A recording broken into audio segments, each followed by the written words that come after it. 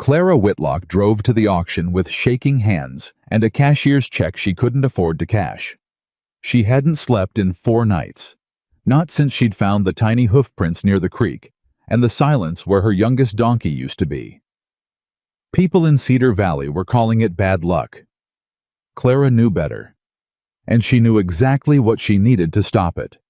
She just had no idea yet that what she needed was standing in the last pen, covered in scars, and waiting for someone brave enough to look. If this story moves you, subscribe to our channel and follow along until the very end, and drop a comment telling us what city you're watching from. I want to see just how far this story travels.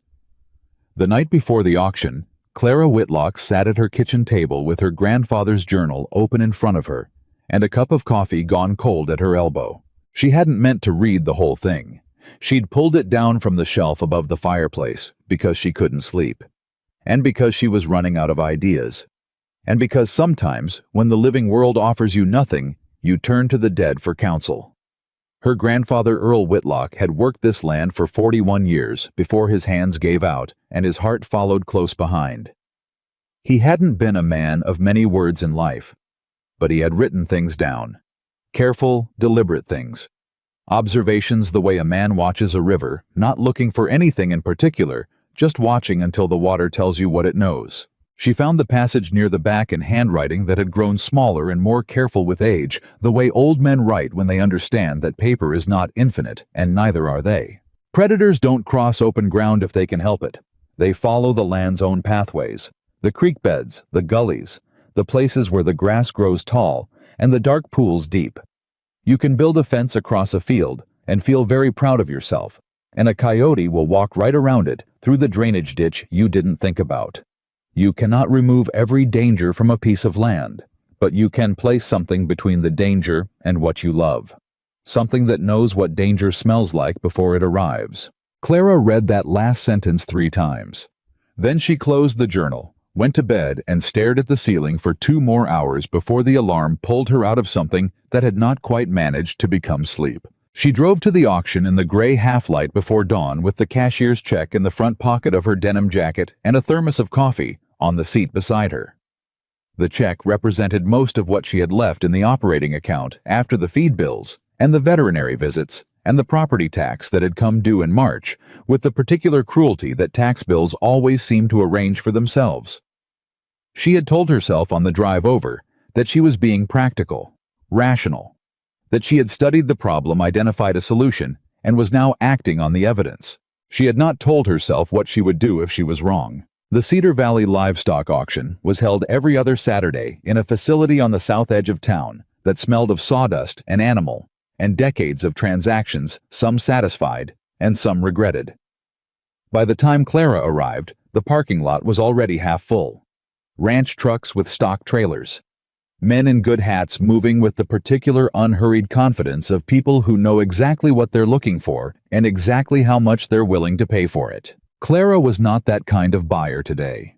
She signed in at the desk, took her numbered paddle, and walked the pens. The morning light came through the high windows in long, pale shafts, and the air was already warming toward the dusty, particular heat of a Montana summer Saturday.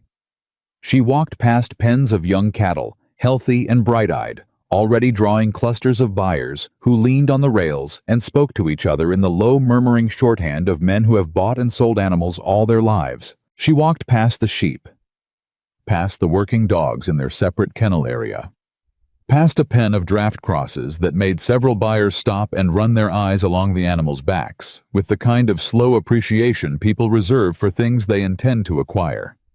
She kept walking, past all of it, toward the far end of the facility, where the light was thinner and the smell was older, and the pens held the animals nobody had come specifically to find. She smelled them before she saw them. Not an unpleasant smell exactly, but a complex one.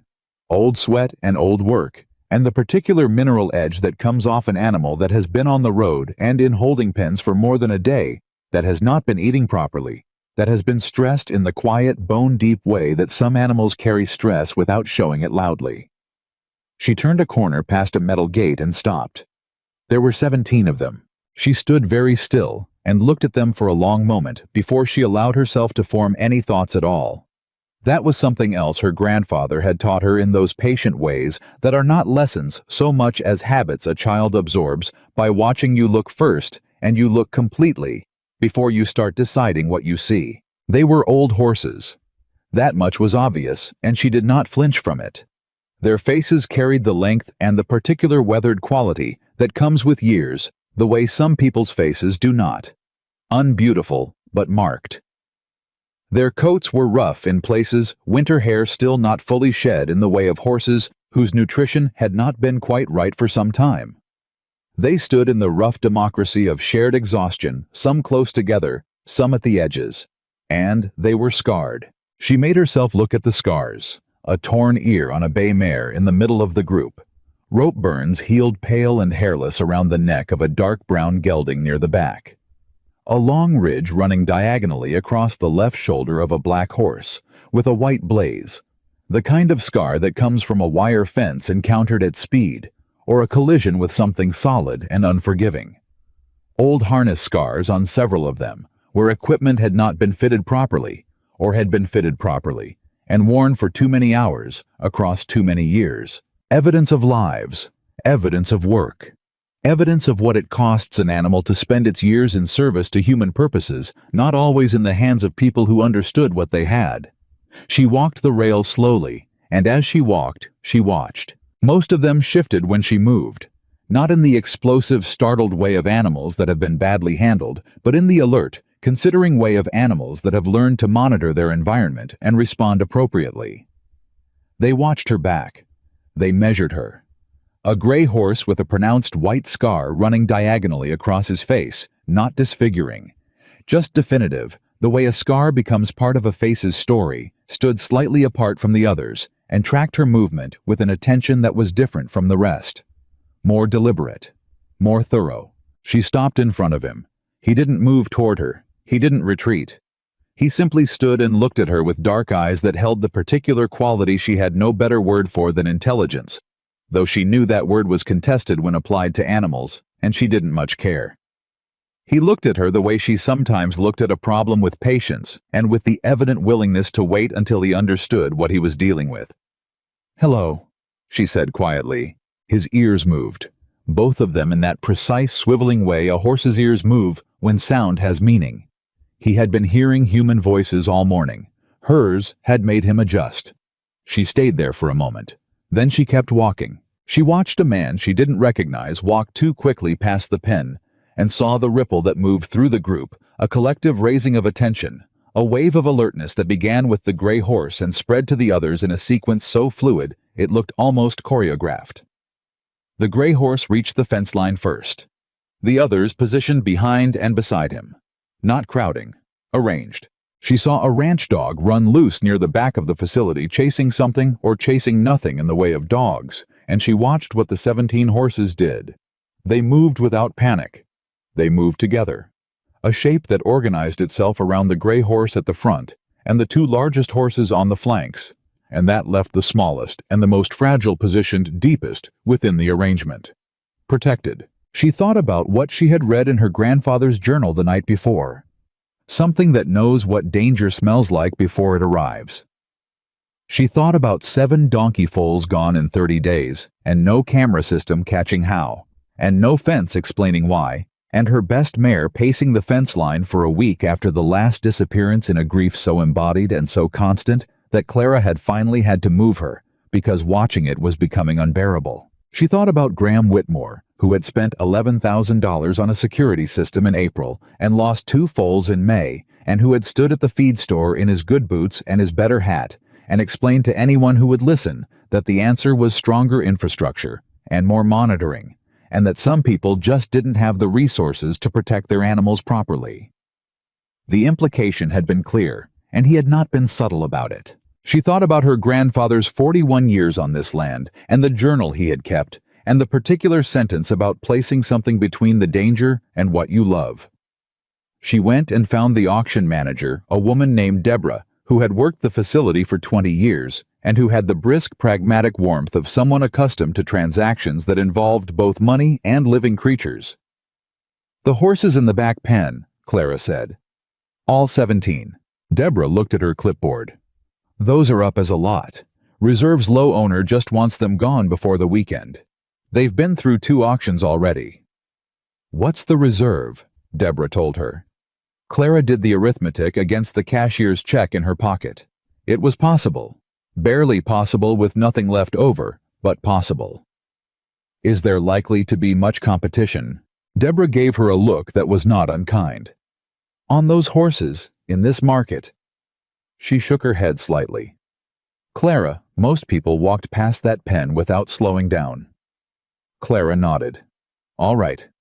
She went back to the main floor to wait for the lot to come up. She found a spot near the rail where she could watch without being obvious about watching, and she stood there through 3 lots of young cattle and a pair of impressive draft crosses that went for more than she could have afforded even in a better year, and she listened to the room around her. 2 men standing nearby were discussing Graham Whitmore's security expansion and the general agreement that what the valley needed was better infrastructure, more cameras, more lighting motion sensors along the fence lines. The conversation had the comfortable certainty of men who had identified a problem in terms that matched the solutions they already preferred. A woman she knew slightly, the wife of a rancher 2 properties over, came to stand at the rail for a moment and looked at Clara with an expression that balanced sympathy and doubt in a way Clara had grown accustomed to seeing directed at her. Heard you're bidding on those horses in the back, the woman said. Thinking about it. Clara. The woman paused, chose her words. Those animals are old. They've been hard used. Whatever you're thinking they can do for you, there are better ways to spend money you don't have. Thank you, Beverly, Clara said. She kept her eyes on the ring. Beverly stood there another moment, then moved away. Graham Whitmore arrived at 10:15, working the room in the easy, practiced way of a man accustomed to being the most important person present. He was not an unimpressive figure broad through the shoulders, unhurried in his movement with the kind of face that had probably been merely handsome at 30 and had become authoritative by 60. He ranched 3,000 acres on the north side of the valley and employed 11 people full-time and was on the board of the County Agricultural Association and was by the measure of most things that Cedar Valley counted as measuring sticks successful. He noticed Clara at the rail.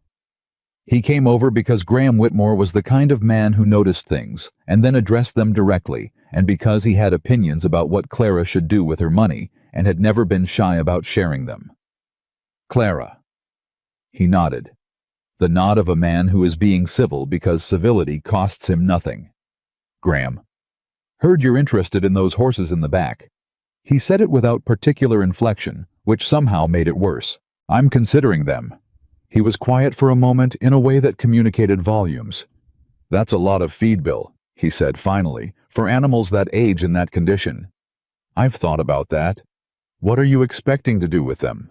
She looked at him. Protect my foals. Something moved across his face, not quite amusement, not quite pity. The expression of a man who has encountered an idea he considers impractical, but is deciding how directly to say so. Clara, he said, I've got $11,000 worth of security equipment on my property. If you need protection for your animals, I could talk to the people who installed mine. There are payment plans available. Thank you, Graham. Those horses... He paused, tilted his head slightly toward the back of the facility. They're not going to give you what you're looking for. They're at the end of their working lives. Whatever they used to be capable of, they're past it. You might be surprised, she said, what something's capable of when you stop deciding that for it. He looked at her for a moment. Then he made a small sound that wasn't quite a laugh touched the brim of his hat and moved off toward a group of men he needed to speak with about something that mattered more. Clara turned back to the ring. The lot came up at 11:22. The auctioneer moved through the preliminaries with professional efficiency, describing the animals in the neutral language of livestock transactions, age range approximate condition sold as a lot minimum bid established.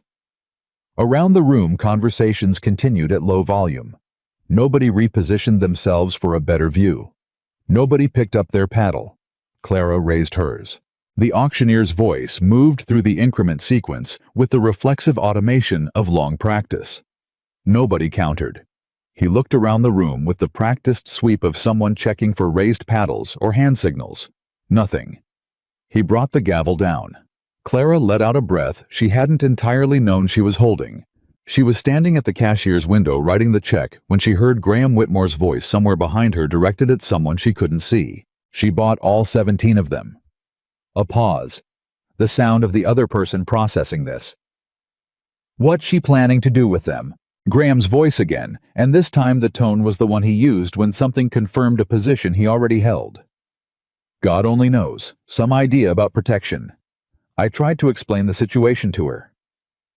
Another pause, and she could hear the head shake in his voice, even without seeing it. She's going to spend the rest of the summer feeding animals that can't give her anything back. Clara finished writing the check. She picked up her copy of the receipt, folded it, and put it in her jacket pocket, with the same care she'd given the cashier's check that morning. Then, she went to arrange the transport. By noon, all 17 horses were loaded. Not without effort, loaded horses that don't know you in unfamiliar equipment with a full morning of auction stress behind them require patience and the kind of steady quiet that communicates to an animal that the situation is not a threat. Clara took the time it took. She spoke to them not with the coaxing sing-song some people use with horses, but in the conversational tone of someone who expects to be understood. The gray horse. The one with the scar across his face? The one she had decided, without quite deciding, to call Ranger loaded last. He came up the ramp with the deliberate, considered movement of an animal that was not afraid, but was being careful. Which was, she thought, exactly the right response to an uncertain situation.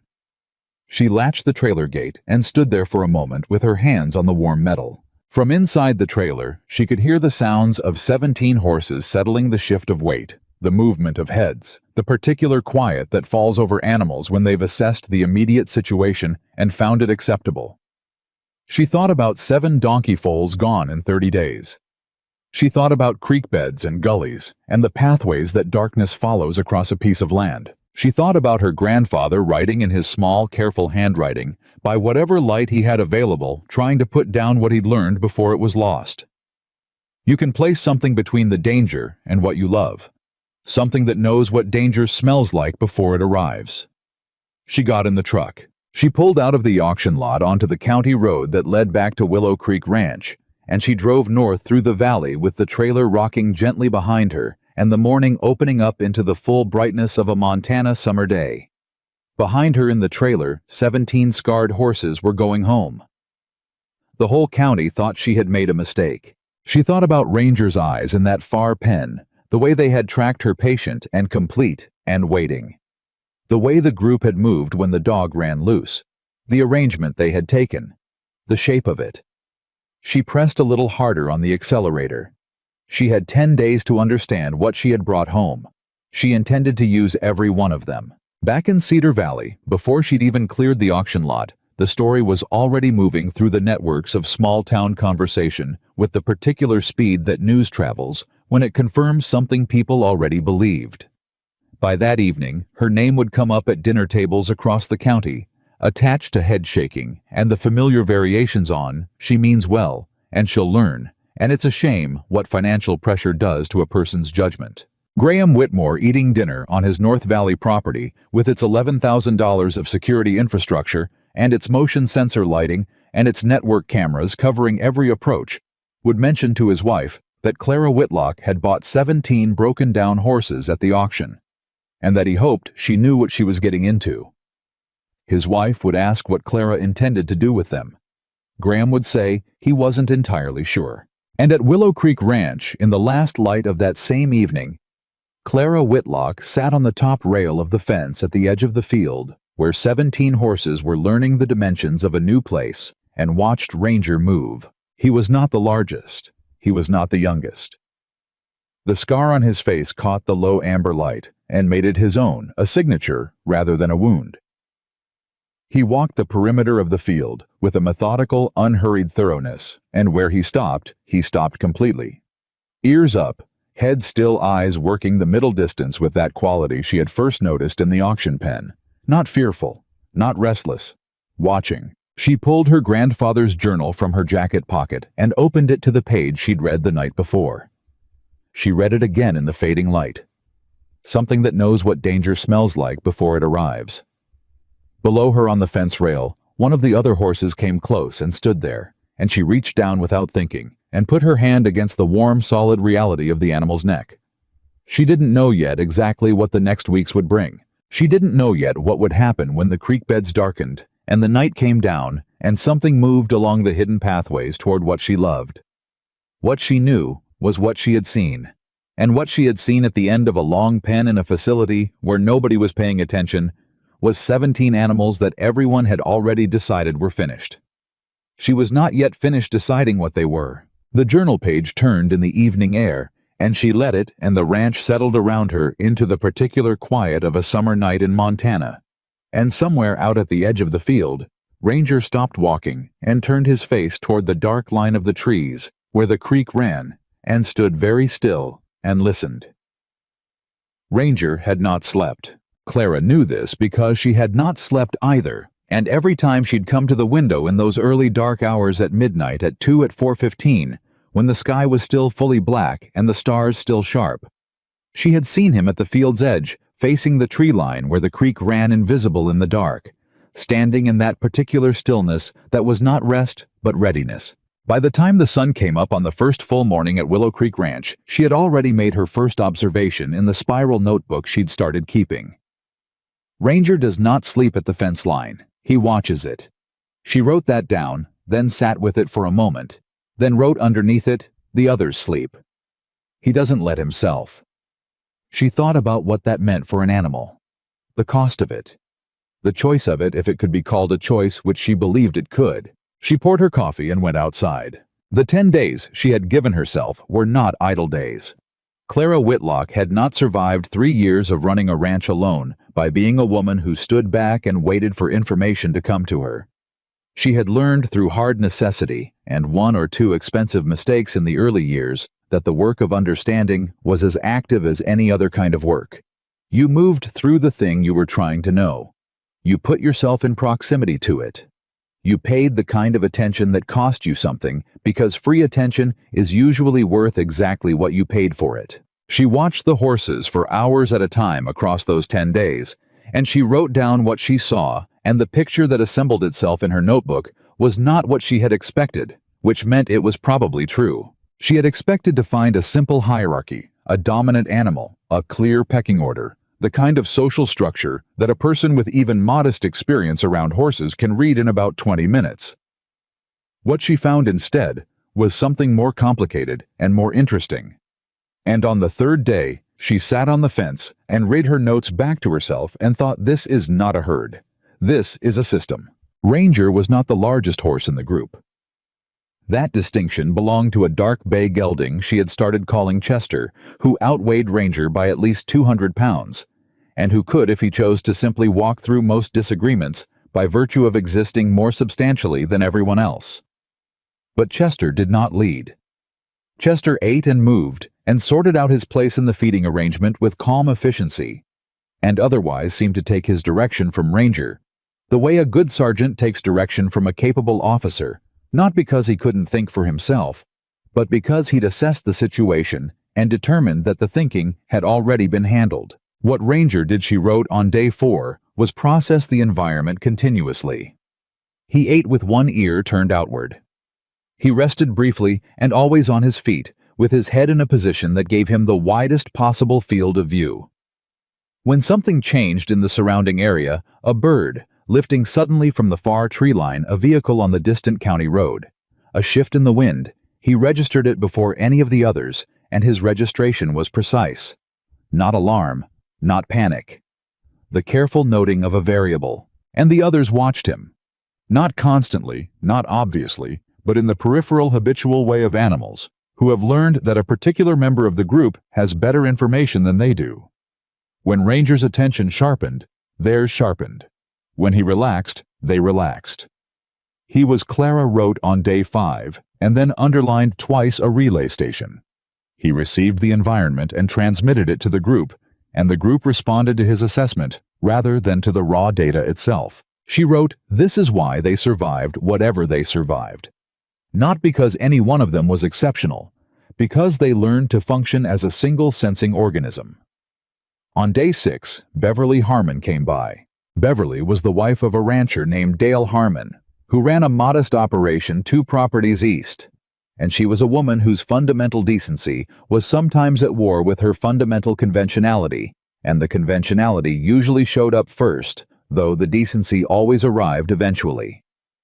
She pulled in at 9:30 in her husband's truck, which she drove with the particular aggressive competence of a woman who had driven farm trucks for 30 years, but had never entirely made peace with the manual transmission, and she came around to where Clara was sitting on the top fence rail with her notebook. "Dale wants to know if you need help with the fence line on the east boundary," Beverly said.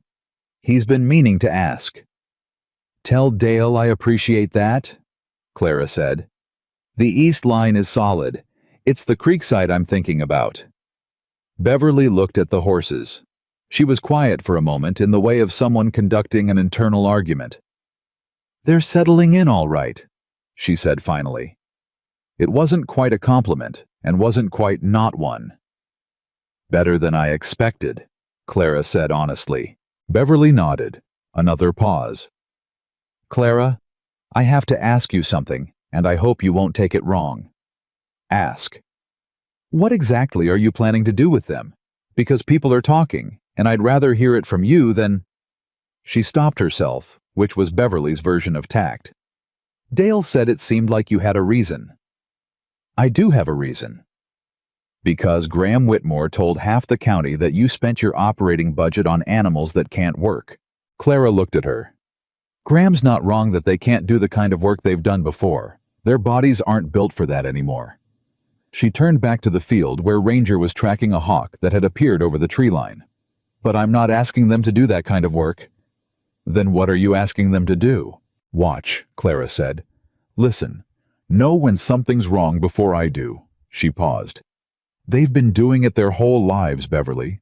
The scars and the years don't erase that. They refine it." Beverly was quiet. Clara could feel her working through it, the part that wanted to be polite, competing with the part that wasn't entirely convinced, and underneath both of those, the part that was paying careful attention despite itself. "You really think that's enough?" Beverly said. "Against whatever's been taking the foals." "I think it's more than what anyone else is trying," Clara said.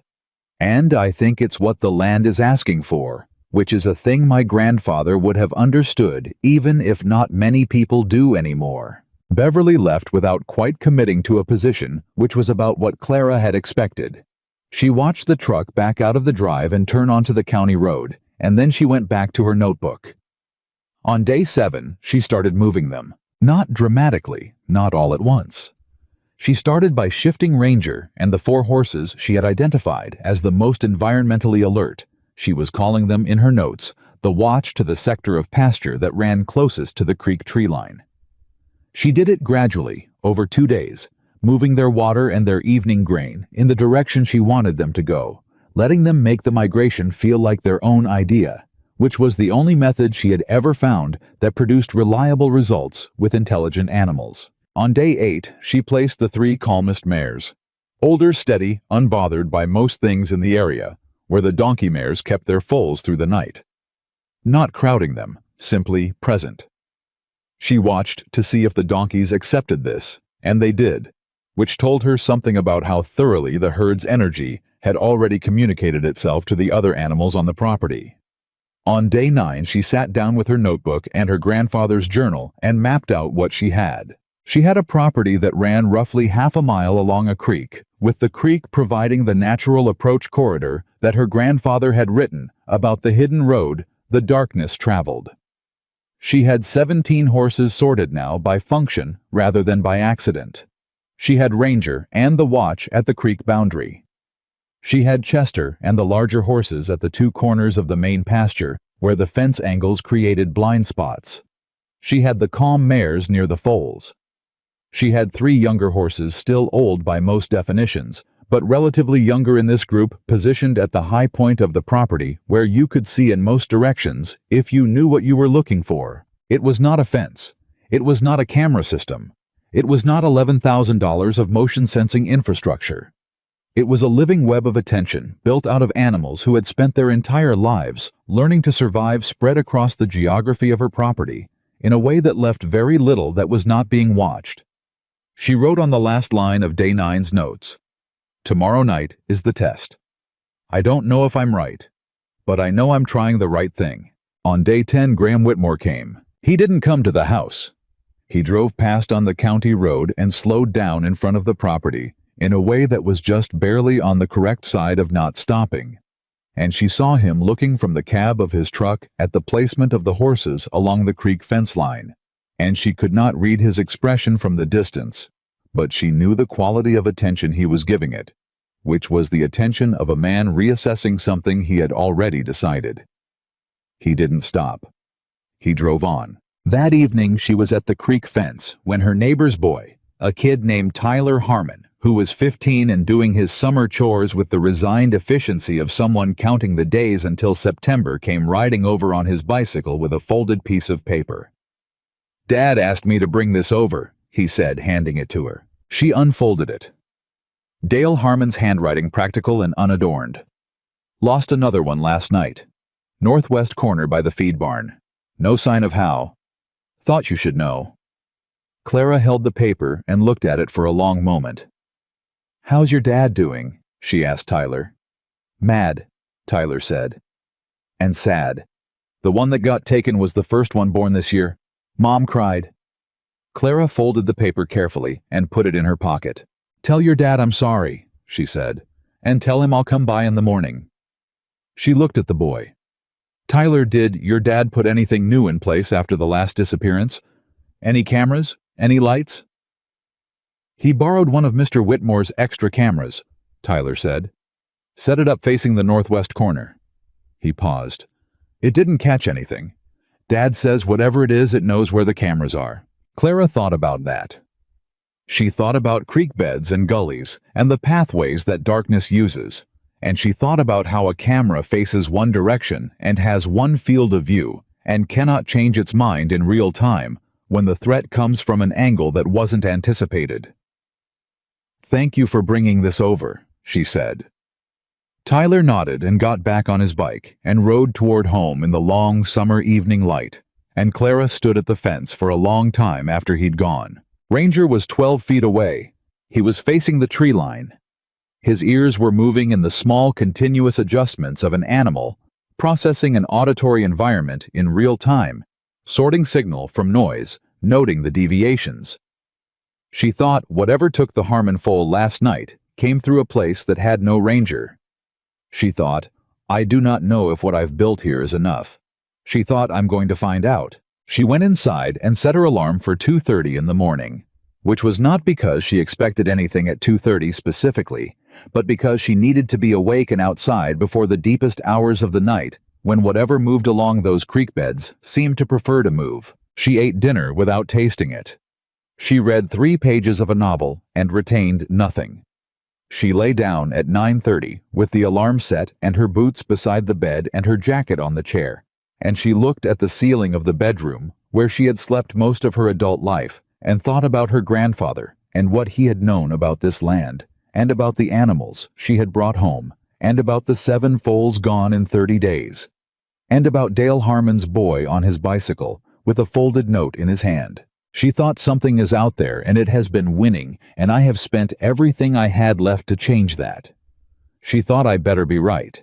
She was not aware of falling asleep, but she must have, because the alarm woke her at 2:30, and for a fractured half-second she didn't know where she was or why her boots were right there and her jacket was on the chair, and then she remembered all of it, and she was on her feet before the alarm finished sounding. She dressed in the dark.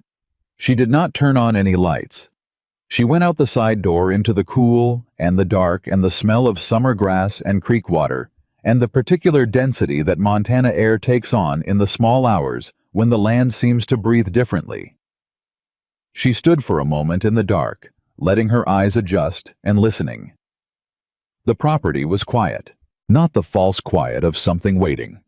The real quiet of a summer night between event cicadas and creek sound, and the distant occasional call of something in the fields. She moved toward the creek fence. Ranger was there. Of course he was. She hadn't expected anything else. He was at the same position she'd seen him take every night, fence line facing the trees, still in that way that was not calm, but control.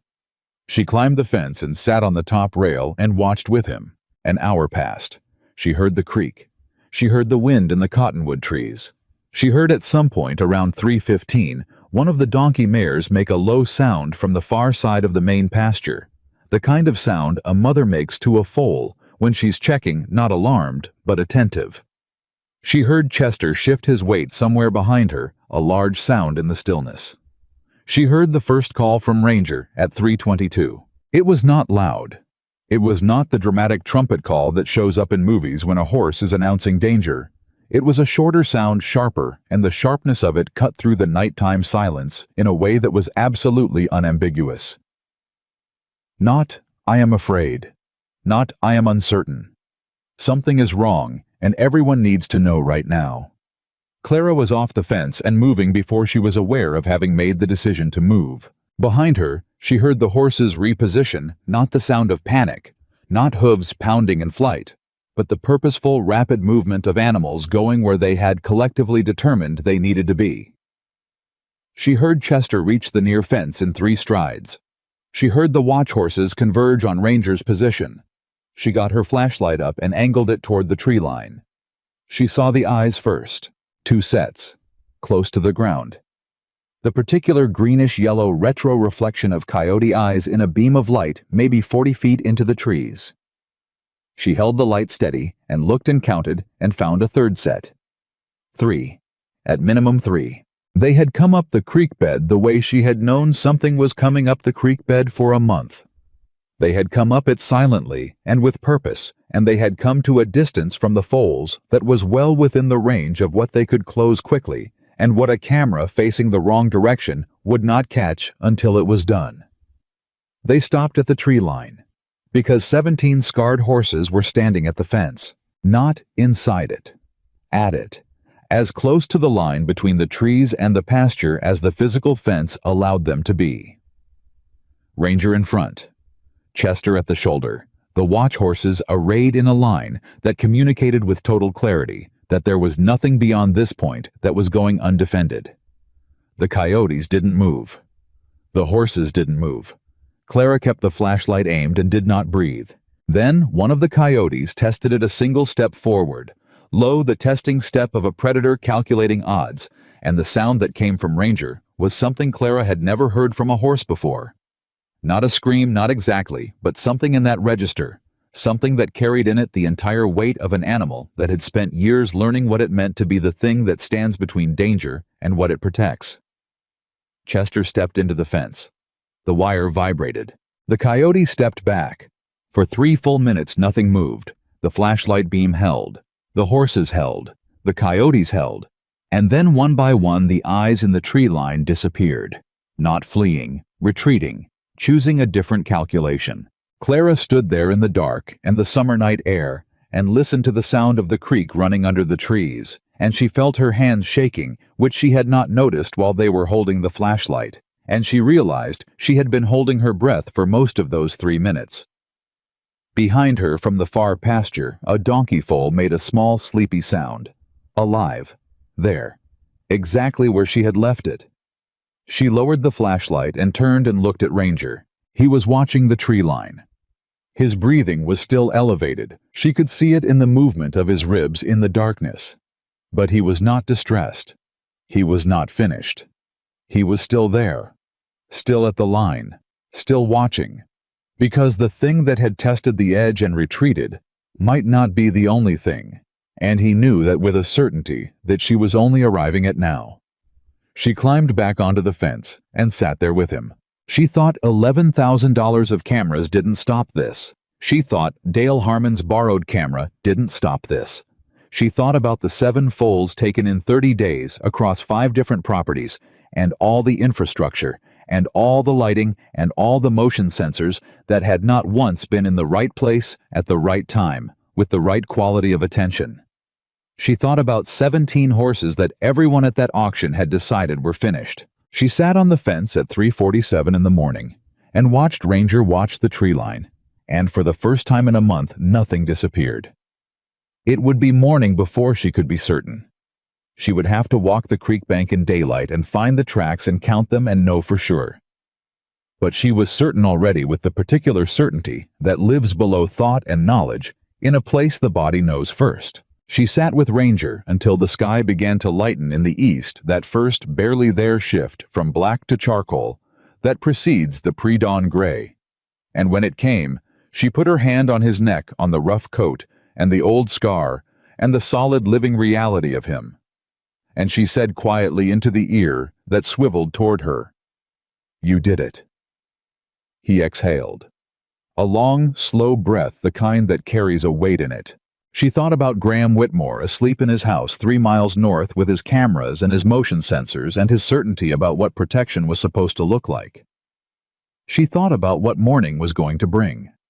She thought about what she was going to have to show the valley before it would believe what 17 broken-down horses had done in the dark at the edge of a creek when it mattered, when nothing else was there. She climbed down from the fence and walked toward the house in the early gray light, moving past horses that watched her go with the calm attention of animals that had done the thing they were built to do. Somewhere behind her at the edge of the property, the creek ran on under the cottonwoods, indifferent and permanent, and the foals slept. She found the tracks at first light. She walked the creek bank with her coffee still hot in her hand and the dew soaking through her boots, and she found them in the soft mud at the water's edge. Coyote prints, at least 3 distinct sets, coming up from the south where the creek bent around the old cottonwood stand and moving north toward the property line. They stopped. She crouched down and looked at where they stopped, at the way the mud was disturbed in that particular pattern. That means an animal planted its weight and held, and then she looked at where they turned back, and she stood up and felt something move through her chest that was not quite pride and not quite relief, but lived in the neighborhood of both. They had come. They had stopped. They had turned around. She walked back to the house and sat down at the kitchen table and opened her notebook and wrote the date and the time and what she had found. And then she sat there for a moment with the pen in her hand and looked at what she'd written, and she thought about Dale Harmon's note in her pocket, folded and worn at the crease already from how many times she'd taken it out and put it back. She thought about his boy on the bicycle. The one that got taken was the first one born this year. Mom cried. She picked up the phone and called Dale Harmon at 6:58 in the morning, which was not too early for a rancher, and Dale picked up on the second ring with the voice of a man who had also not slept much. "Clara," he said. "They came through my property last night," she said. "At least 3. Used the creek approach same as the others. Ranger called it at 3:22. She paused. Nothing got taken. Silence on the line. She could hear Dale breathing. "Nothing," he said. "Nothing. I've got the tracks on the bank. I've got the turnaround point." She looked at her notebook.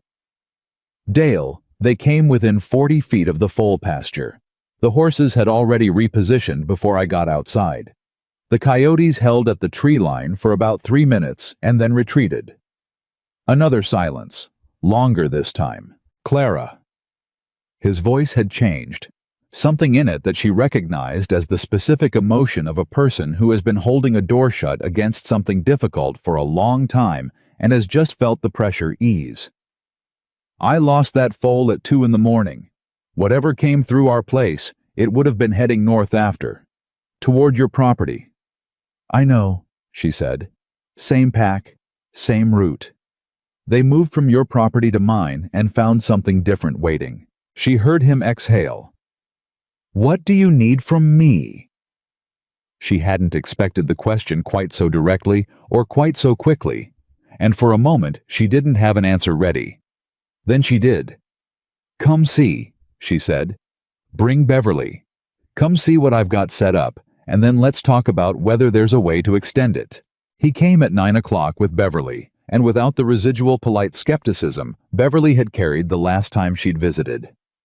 Dale Harmon was a lean, quiet man of 58, who said less than most people expected and noticed more than most people knew. And he walked the fence line with Clara and looked at the track evidence and looked at the horses and didn't say anything for a long time. When he did speak, he said, "The gray one. He's the one that called it Ranger, yes." Dale looked at Ranger for a moment. Ranger looked back. The exchange had the quality of a mutual assessment conducted by two entities who both understood what they were looking at. "How'd you know?" Dale said, not challenging, genuinely asking. "My grandfather's journal," Clara said, "and 10 days of watching them." She paused. "And I reckon I was paying attention to the right thing while everyone else was paying attention to the wrong things." Dale nodded slowly. "I want to put something similar on my property. Can you walk me through what you've set up here?" "I can," she said. "But Dale, I need to tell you something first. This isn't going to be perfect. This isn't a fence, and it isn't a camera, and it doesn't run on electricity. These animals can get tired and they can get sick, and there are going to be nights when the variables aren't right." She looked at him steadily. "What it is better than what we had, and it works with the land instead of against it." "That's enough for me," Dale said. Beverly, standing slightly behind her husband, made a sound that Clara chose to interpret as agreement. The conversation lasted 2 hours. They stood at the creek fence, and Clara explained the positioning and the logic, and the reasoning she'd worked out in 10 days of notebook pages, and Dale asked practical questions in the way of someone who builds things from information rather than from assumption, and by the end of it, they had the outline of a plan for the Harmon property that Clara would help him implement over the following week. What she didn't know as Dale and Beverly drove back down her lane was that the conversation had already begun to travel. Beverly Harmon was a woman who had lived in Cedar Valley for 34 years, and who knew everyone, and who talked to most of them regularly, and who was, despite her instinct toward conventional opinion, fundamentally incapable of keeping something genuinely interesting to herself. By noon, she had called 2 women from her church circle. By 2 in the afternoon, the information had reached the feed store, which in Cedar Valley functioned as the central processing node for agricultural news of all kinds. By 4 o'clock, 3 people had driven slowly past Willow Creek Ranch in the particular way that people drive past things they are trying to look at without appearing to look at. Clara was at the barn at 4:15 when she heard another vehicle on the lane and looked up to find a truck she didn't immediately recognize pulling up to the gate. The man who got out was in his late 40s, weathered in the specific way of someone who has spent a lot of time outdoors in Montana weather, and he introduced himself as Roy Salter from the Flathead Road property on the county's east side. "I heard you stopped a pack on your property last night," Roy said. He wasn't the kind of man who spent time on preamble. "I've lost 4 since March." "Come in," Clara said. Roy Salter stayed for an hour and left with the names of 2 auction facilities she recommended, and a list written in her handwriting on a piece of notebook paper of the qualities she'd looked for when she was evaluating the horses she'd bought. Not age, not condition, not history. Alert response time, group cohesion, whether the look in their eyes is absent or present. She wrote that last one and then said to Roy, "That sounds vague. It isn't. You'll know it when you see it. An animal that's had its spirit broken looks at you from somewhere behind its eyes. An animal that's still got something working in there looks at you from its eyes. There's a difference, and you can see it from 20 feet away if you know what you're looking for." Roy looked at the piece of paper. "How many would I need?" "For your property." She thought about the layout he'd described. 8 minimum. 12 would be better. You want coverage on the creek approach and the 2 gully lines on the north side. He folded the paper and put it in his shirt pocket. "What did you pay at the auction?" She told him. He was quiet for a moment. "That's a lot less than what I've spent on cameras this year." "I know," Clara said. He shook her hand at the gate with a grip that communicated respect rather than courtesy, and she stood there and watched him drive back down the lane, and she thought, "It's starting to move. Something I figured out in a notebook, and a field is starting to move through this valley." The thought was not entirely comfortable. She was not a person who had sought a platform for her ideas. She had solved a problem on her property because the problem needed solving, and she had the inheritance of her grandfather's thinking and the evidence of 10 days of watching and that was a particular and local thing. The moment it became something that other people were watching and evaluating and carrying to other conversations, it became something else. Something that could be agreed with publicly, which meant it could also be disagreed with publicly, which meant it was now subject to the kind of social friction that Cedar Valley could generate when it needed to. She found out how much friction at 7:30 that evening when Graham Whitmore called. She was in the kitchen eating dinner when the phone rang, and she looked at the display and sat with it for a moment before she picked up. "Graham," she said. "Clara." His voice was the one he used when he was being careful. The careful voice was in some ways more unsettling than the dismissive one. "I've been hearing things today." "I expect you have. People are saying you stopped a pack on your property last night, that your horses detected them before they reached the foals." "That's what happened." A pause. "Roy Salter called me this afternoon, said he was thinking about trying what you're doing." "Roy came by this morning," she said. "I told him what I know." Another pause, and she could hear in it the particular quality of a man who is used to being the person that people come to for advice, and is sitting with the unfamiliar sensation of having missed something important. "Clara, I want to come see what you've set up." She had not expected that. She had expected the dismissive voice to return, or the careful voice to build towards some kind of qualified critique, or at the very minimum, some version of it may have worked once.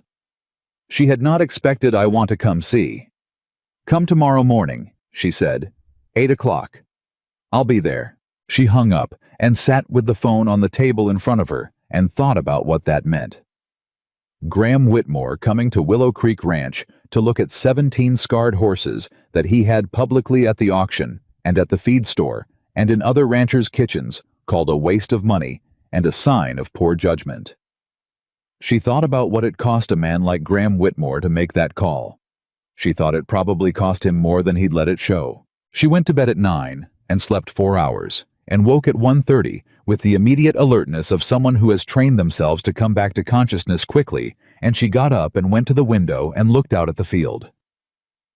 Ranger was at the creek fence. Of course he was. She stood there at the window for a minute and watched him, the shape of him in the darkness, that particular stillness. And then she went back to bed and slept until 5, which was the most consecutive sleep she'd gotten in a month. Graham arrived at 8 o'clock. Exactly, which was itself a kind of message. Graham Whitmore did not arrive early and did not arrive late, and the precision communicated that he was taking this seriously. He came alone, which Clara had not expected. She had imagined him bringing one of his ranch managers or one of the men from the AG Association, someone in a secondary position whose presence would allow him to maintain a certain evaluative distance. He came alone. She met him at the gate. He looked at the field without speaking for a long moment. Ranger was visible at the far end of the property, making his morning circuit. Chester was at the water trough. The watch horses were distributed along the creek fence in the positions Clara had established for them. "Walk me through it," Graham said. Not a command, a request. She walked him through it. All of it the creek approach and her grandfather's journal, and the 10 days of observation, and the positioning logic, and what she'd seen at 3:22 in the morning. She walked him to the creek bank, and showed him where the tracks were still faintly visible in the drying mud. She showed him the turnaround point. She showed him the positions the horses had taken, explaining how the arrangement communicated to a predator that the approach was defended before the predator could know for certain whether the defense was real. Graham listened. He asked 2 questions. Both were practical and specific, and showed that he was actually processing what she was telling him, rather than preparing his response while she talked. She respected that, even though she was not quite ready to tell him so. They ended up at the creek fence, standing near where Ranger had been at 3:22, and Graham looked at Ranger for a long time. "That's the one that called it," he said. "Yes." He was quiet. "I watched him at the auction, you know. I didn't know I was watching him, but I was." He paused. "Something about the way he was standing, even in that pen." "I know," Clara said. "He has a quality." "Yeah." Another pause. "What do you call it?" She thought about how she'd tried to describe it to Roy Salter. An animal that's still got something working in there looks at you from its eyes. Presence, she said. He's fully present in his environment all the time. Most creatures, most people move through their environment at partial attention. He doesn't.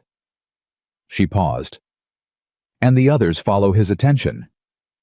So you get 17 animals running on one set of instincts that's better than most. Graham was quiet for a while. A long while for Graham, who was not a man accustomed to prolonged silence, as a response to information. Then he said, "Clara, I owe you something." She looked at him. "I told people you were making a mistake. I said it at the feed store. I said it at the auction. I said it." He stopped, started again. "I was working from what I knew, which wasn't enough. And I said it in front of people who listened to me, which means I helped make it harder for what you were trying to do to be taken seriously." He met her eyes. That wasn't right. She studied his face. It was a face doing something unfamiliar, and doing it with the particular stiffness of a man who does not find humility a natural posture, but has decided it's the required one. "I appreciate that," she said, and she meant it, which surprised her slightly. "I've got 3 properties on the north side," Graham said. "All of them running animals. All of them losing foals." He turned from Ranger and looked at her directly. "I want to do what you're doing. All 3 properties. And I want to do it right." She thought about what that meant. 3 more properties covered. 3 more sets of approaches defended. The pack that had been working the valley for a month suddenly running out of undefended ground. "I'll need help sourcing the animals," Graham said. "I don't have your eye for it yet." "I'll help you," she said. "And I want to compensate you for your time." She started to demur, and he held up a hand. "Don't argue with me on this, Clara. You figured out something that cost me foals and cost the whole valley foals, and you're willing to share it. The least I can do is make sure your time is worth something." He paused. "You can put it toward feed. For those 17 horses that everyone said weren't worth the feed cost." She almost smiled. Almost. "All right," she said. What happened next moved faster than she could have predicted, and faster than she would entirely have chosen. Graham Whitmore's name carried weight in Cedar Valley, the way certain names always carry weight in small communities. Not because everyone agreed with him about everything, but because when he changed direction, people noticed, and when people noticed, they reconsidered. He called the Agricultural Association that afternoon and described what he'd seen. He called Roy Salter and 3 other ranchers he knew had lost animals. He drove to the feed store before it closed and said in the particular clear and straightforward way of a man who has made a decision that he had been wrong about Clara Whitlock's horses, and he wanted anyone who was interested to know it. By the following morning, Clara had 4 messages on her phone from ranchers she didn't know well, asking to come see what she'd set up. By the following afternoon, the Cedar Valley Livestock Auction had 3 inquiries from local buyers, asking whether there were any older horses with working life history available in upcoming lots. By the following evening, she was sitting at her kitchen table with her notebook and her grandfather's journal and a cup of coffee that had gone cold, looking at a page that should have been filled with observations and was instead filled with phone numbers and names and the particular arithmetic of how many animals would be needed across how many properties to do what she had done on Willow Creek Ranch. She was not unaware of the irony. She had bought 17 horses that nobody wanted because nobody was willing to see what was still in them. And now the thing that nobody had been willing to see was becoming the thing that everybody wanted. She thought about the cost of that kind of reversal. Not in practical terms, she understood the practical terms, and they were for the first time in a long time pointing in a direction that was not toward ruin. She meant the other cost. The cost to the 17 horses of being wanted now, after being unwanted, of being useful, now in ways that people could recognize, when the useful things they had always been capable of had simply been invisible to eyes that weren't looking for them. She thought about Ranger. She went outside in the cooling evening and walked to the creek fence and stood there, and Ranger came to her in that deliberate way of his, not rushing choosing, and she put her hand on his neck and felt the scar tissue under her palm, and the warmth of him, and the reality of him, and she said, "You don't know what you started today." His ear swiveled toward her. From the direction of the main pasture, a donkey foal made the particular high sound that foals make when they're playing a ridiculous, jubilant sound, and Clara turned toward it and listened. And it came again, and she thought alive. Still here. That sound means still here. She didn't know yet that the real test was coming. She didn't know that the pack had not given up, that it had simply recalculated, that 3 nights from now it would come back to the creek bed with 4 animals instead of 3, and that it would not stop at the tree line, and that what happened in those minutes would not be quiet or orderly, or the kind of thing she could watch from a fence rail with a flashlight. She didn't know that on that night, Ranger would be tested in a way that 10 days of observation had not prepared her for. She didn't know that she would have to make a decision in the dark in the middle of it without time to think, and that the decision would determine everything. What she knew standing at the creek fence in the evening air was the weight of his neck under her hand, and the sound of a foal playing somewhere in the pasture behind her. It was enough for now. It had to be. 3 nights later they came back. Clara heard Ranger before the clock on her nightstand reached 2 in the morning. Not the sharp, short warning call she had heard the first time. This was something different, lower, more sustained.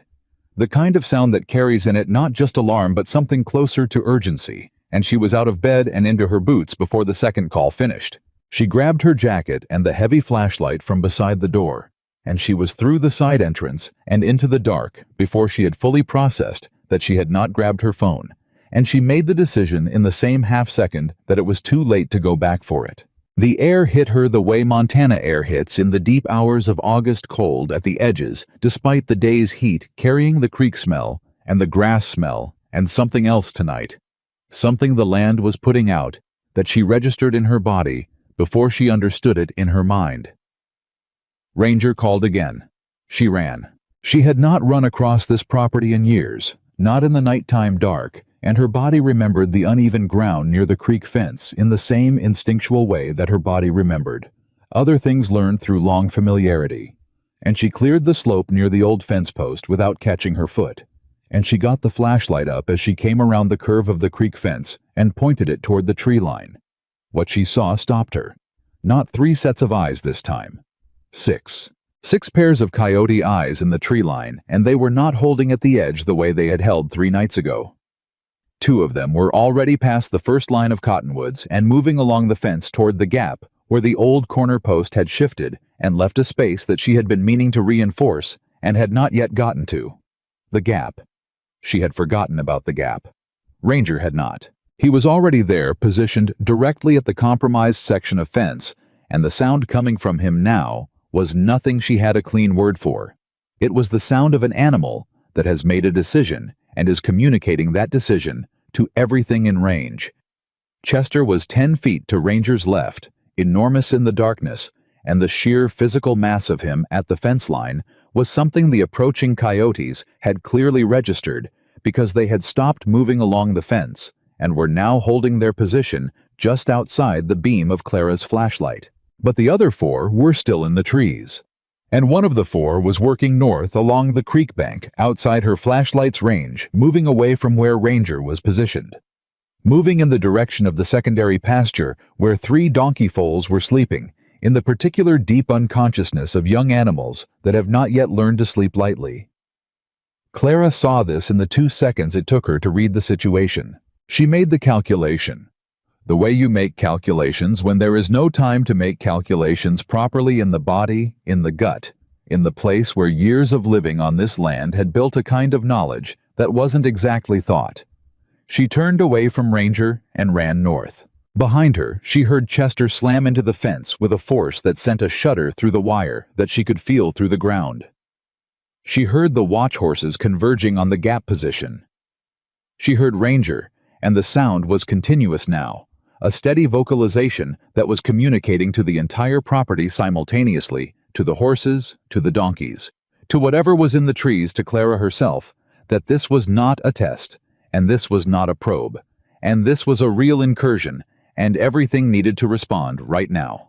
Clara ran north along the inside of the fence with the flashlight bouncing, and she was not a young woman, and she was not a woman who had been sleeping enough. and the 140 feet between where she'd been and where the secondary pasture fence began felt longer than it had ever felt in daylight. And she covered it and came around the corner of the secondary fence and swept the flashlight along the creek bank outside it. The coyote was 8 feet from the fence. It froze in her light. It was a large animal, the largest of the 6. She'd counted a coyote that had been running this territory long enough and successfully enough to grow to a size that spoke to years of easy hunting. It had found the route where the primary watch was not, which meant it was not merely hungry, but strategic. And that specificity of intelligence in a predator was something she had known was possible and had hoped not to encounter directly. She was between it and the fence. She did not have anything but a flashlight and herself. For approximately 2 seconds, she and the coyote looked at each other across 8 feet of creek bank, and she felt something move through her that was not quite fear and not quite anger, but something made of both of them together, a heat in the chest that she recognized as the feeling a person gets when they are responsible for something that cannot protect itself, and the threat is close and immediate. She took 2 steps toward the coyote and yelled. She yelled with everything she had, not words, just sound, the biggest and most authoritative sound her body could produce. And she swung the flashlight beam directly into the animal's eyes. And she stepped forward again, and the combination of her forward movement and the light and the sudden overwhelming volume of a human voice at close range produced in the coyote exactly the response she had been counting on. It broke, not calmly. In a scramble of hind legs and redirected momentum, it turned and went back down the creek bank at a speed that communicated genuine alarm, and she followed it 3 more steps, yelling and swinging the light until she could see it was fully retreating. And then she stopped and stood there, breathing in great ragged pulls of air and listening. From the far end of the property, the sounds of the confrontation were still ongoing. The horses had not disengaged. She could hear the fence wire vibrating from impacts she couldn't see from here, and she could hear Ranger, that continuous layered vocalization, and under it, the sound of Chester moving at speed, which was a sound like the earth having an opinion. Then abruptly, the fence sound stopped. Then the vocalizations diminished. Then by degrees the property went quiet. Clara stood on the creek bank with her flashlight and her labored breathing, and listened to the quiet come back. And behind her, from the secondary pasture, she heard a donkey mare make a low inquiring sound toward her foal, and the foal answered, and the sound of that answer moved through Clara Whitlock, from her chest to her heels. Alive, unharmed, still there. She walked back along the fence on legs that were less steady than she would have preferred, and she found Ranger at the gap position, still standing there, not retreating, not relaxing, still vigilant. Chester was breathing hard. The watch horses had formed a line along the creek fence that reminded her of something she had seen in photographs of soldiers after a defensive engagement, not triumphant, not defeated, just present and real and here. She stood at the gap and looked at the darkness in the trees and the creek beyond, and she let her breathing come down from where it had been, and she thought about what had just happened with a clarity that sometimes arrives in the aftermath of something frightening. They had come back with more animals. They had adapted. They had tried to split the defense by putting pressure on 2 points simultaneously, the gap at the primary fence and the unguarded approach to the secondary pasture. It was, in purely tactical terms, a more sophisticated attack than the first one, and it had nearly worked. Nearly. "You held it," she said to Ranger. She meant all of them, but she said it to him because he was there, because he was looking at her with those dark eyes that held whatever it was she had seen in the auction pen. His breathing was elevated but steadying. He moved his head once, a deliberate motion, and then he turned back to face the creek. She thought, I need to fix that gap. First thing in the morning, before anything else, before phone calls and ranchers coming to look and Graham Whitmore's 3 properties and all of it. The gap first. She also thought, I need to tell someone what happened here tonight. Not because she needed credit for it. Because the story of what happened here tonight, the 6 animals, the split approach, the tactical recalibration of a predator that was not going to stop, was information that the other ranchers in this valley needed to have. She stayed at the fence until 4 in the morning, by which point the property had been quiet long enough that she was willing to trust it. And she walked back to the house in the dark, and sat down at the kitchen table and opened her notebook and wrote everything down in the order it had happened, with times and positions, and what she had seen and what she had done. And when she finished, she sat there and looked at the page and felt the tiredness come into her body all at once, the kind that arrives when the emergency that has been holding it at bay steps aside. She thought about the gap. She thought about the coyote 8 feet from the secondary fence with its eyes in her flashlight beam. She thought about 2 seconds of standing still and being the thing between the danger and what she loved and the choice to step forward instead of back. She thought Earl Whitlock. This is the thing you knew about. This is the thing you wrote down. You can place something between the danger and what you love, what you didn't write down. Grandpa, she thought, is that sometimes you are the something.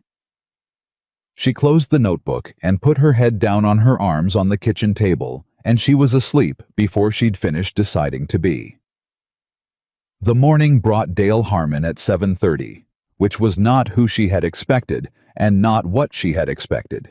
He knocked instead of calling ahead, which was unusual for Dale, and when she came to the door with her coffee and the clear evidence of not enough sleep, he looked at her face and said, "You had a bad night." "We had a test," she said. "Come in." She told him over coffee, and she showed him the notebook. And when she got to the part about the coyote on the creek bank and what she'd done, Dale Harmon put his coffee cup down on the table and looked at her with an expression that moved through several things before it settled. "Clara," he said, "I know. You ran at a coyote in the dark." "It was between me and the foals," she said. There wasn't time to think about it as a separate decision. Dale was quiet for a moment. "Did you have anything, a stick, anything, a flashlight?" He looked at the flashlight on the table between them. It was a good flashlight, solid and heavy, and she had not thought about using it as anything other than a light, and she thought now that perhaps that had been a kind of luck. "You need to fix that gap today," Dale said. "First thing. I need 2 hours of sleep first, and then I'm fixing the gap. I'll help you fix the gap." He picked up his coffee. "And Clara, the 6 animals. The split approach. That's different from what they've been doing. I know. They're adapting. They're going to keep adapting." He said it without alarm, as a statement of fact, the way a practical man states things that are true and inconvenient. Which means we need to adapt too. He paused. "The secondary fence approach, that's not the only unguarded secondary approach in the valley. Roy Salter's property has 2. The Hendersons have at least 1. "I know," Clara said again. She hadn't slept enough to be ahead of this conversation, but she was tracking it. "The primary coverage is only as good as the secondary coverage that supports it. If they're learning to split the approach, we have to make sure there's no second approach left undefended. Which means we need more animals in place sooner than we thought." "Yes." Dale looked at her. "Graham's got contacts at 3 auction facilities in the state, and he's got the resources to move fast." He paused. "I think it's time to call Graham." She had been thinking the same thing.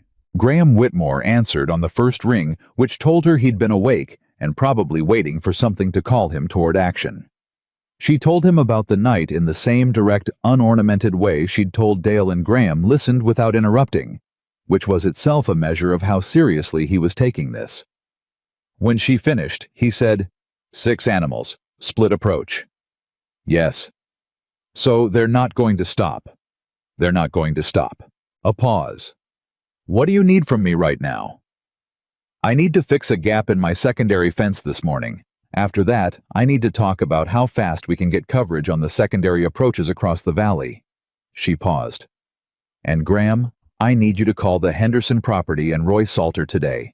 Not tomorrow. Today." "Done," he said. "I'll be at your place by 9. He came at 9. Dale was already there, and between the 3 of them and Tyler Harmon, who had come along because he was Tyler, and had apparently decided that wherever the interesting things were happening was where he wanted to be, they fixed the gap in the secondary fence in 2 hours with wire and new posts, and the kind of focused cooperative physical work that people do when they understand why it matters. Tyler handed tools and held wire, and did not say much. But at one point, while Clara and Graham were setting the last post, he said, "Can I ask you something?" Clara looked at him. Go ahead. Those horses, when you bought them, did you know they'd be able to do this? Like, did you know for certain? She straightened up. No, she said. I knew what I saw. I knew what my grandfather had written. I knew the logic of it made sense. She paused. But no, I didn't know for certain until the night ranger called it at 3:22. Tyler thought about that. But you spent all your money anyway. I did. He was quiet for a moment. That's kind of scary. It was, she said. It still is sometimes. She went back to setting the post. But the thing that's scarier is knowing something needs to be done and not doing it because you're not certain enough. You're never going to be certain enough. At some point, you just have to step forward. She felt Graham working beside her go slightly still at those last 3 words. He didn't say anything, but she felt him register it. By noon, the fence was solid, and the 3 of them were standing at Clara's kitchen table with a hand-drawn map of the valley, and Dale's knowledge of the creek and gully systems, and Graham's knowledge of the property layouts, and Clara's notebook, and what they were building on that table was something none of them had a clean name for yet, a valley-wide network of living attention deployed along the natural approach corridors that darkness used, anchored by animals that everyone had given up on. Roy Salter joined them at 1 o'clock. The Henderson family, Jim and Margaret Henderson, from the east side of the valley arrived at 1:45, Margaret driving and Jim in the passenger seat with his arm in a sling from a fence accident 2 weeks earlier. Both of them coming with the particular determination of people who have lost something they loved and intend to stop losing. Margaret Henderson was a woman of 62 who had ranched her whole life and who had the kind of face that shows you immediately whether the person behind it is paying full attention or partial attention. She was paying full attention. She sat down at the table and looked at the map and looked at Clara's notebook and looked at Clara, and she said, I lost 2 foals in April. We spent $4,000 on a system that told us after the fact that something had gone wrong. She paused. I want to understand what you're doing here. Clara walked her through it. She walked all of them through it again, the full version from the first disappearance to her grandfather's journal, to the auction, to the 10 days of observation, to the first test and the second test, and what had happened at 2 in the morning on the creek bank, with a flashlight and a coyote, and nothing else but the decision to step forward. When she finished, Margaret Henderson was quiet for a moment. Then she said, You ran at it. Yes. With a flashlight. Yes. Margaret looked at her husband. Jim Henderson, a man of 65 who said approximately 30 words a day and meant all of them, looked back at his wife. Then he looked at Clara. Tell us what animals to look for, he said. By 3 o'clock they had a plan that covered 7 properties across the valley. Graham was making calls. Roy had already driven to talk to a man he knew who ran a small auction operation out of Missoula. Dale was mapping the secondary approach corridors on the creek system using a topographic map that Jim Henderson had produced from somewhere in his truck. And Clara was at the window watching Ranger. He was doing his afternoon circuit of the creek fence with the same methodical thoroughness he brought to everything, and she watched him and thought about what Tyler had said that morning. Did you know for certain? She hadn't known for certain. She had known what she'd seen, and she had trusted it, and she had spent money she didn't have on animals nobody wanted, and the valley was now 3 weeks later building something around what those animals had proven possible. That was not the story of certainty. That was the story of a person who had looked at a problem until the problem showed her its logic, and then followed the logic past the point where other people would have stopped. She thought about the 7 foals that were already gone, the ones taken before she'd gotten the horses in place. She thought about Dale Harmon's boy on a bicycle in the evening light carrying a folded note that said, "The one that got taken was the first one born this year." Mom cried. Those foals didn't come back. Nothing she had done had brought them back. She thought about that with the specific weight it deserved, and she did not put it away or minimize it, because the losses were real, and they had been preventable, and they hadn't been prevented. What she could do was what she was doing. That was what was true. Graham came to find her at the window at 3:45. He stood beside her and looked at Ranger for a moment without speaking, and she let him because there was clearly something he was working toward. "I've been thinking about something you said this morning," he said finally. She waited. "You said at some point you just have to step forward." He paused. "I've been asking myself when I last did that. Made a decision without being certain. Trusted something I could see even if I couldn't prove it yet." He was quiet. "I've been running my operation for 27 years. I don't think I've done that in a long time." Clara looked at him. "I got cautious," he said. "I got invested in being right before I acted. And somehow—" He started again. "Somehow I decided that being the person who had the best equipment and the most resources meant I was the person who understood the problem. But you can't buy understanding. You can only get it by watching." He looked at Ranger. "You watched." "I watched," she said. "I should have watched more," he said. "And I should have—" He paused. A long pause with something in it. "I should have listened to you sooner. Not waited until I could see it with my own eyes. That's not good enough when there are animals being lost every week." He met her eyes. "I'm sorry, Clara." She thought about standing at the auction cashier window and hearing his voice behind her say she bought all 17 of them in the tone of a man confirming a verdict. She thought about the feed store and the comments that had traveled through the valley and made people look at her with that particular combination of sympathy and doubt. She thought about whether she was owed this apology and decided she was and accepted it without performing either more grace than she felt or less. "Thank you," she said. "That matters." He nodded.